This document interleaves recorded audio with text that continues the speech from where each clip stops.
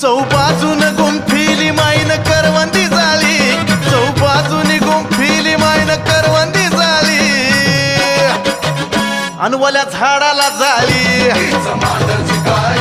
घेतली वायऱ्याचा बळी, बाईन ठोकली आरोळी काळा मुंडक्याच्या माळी.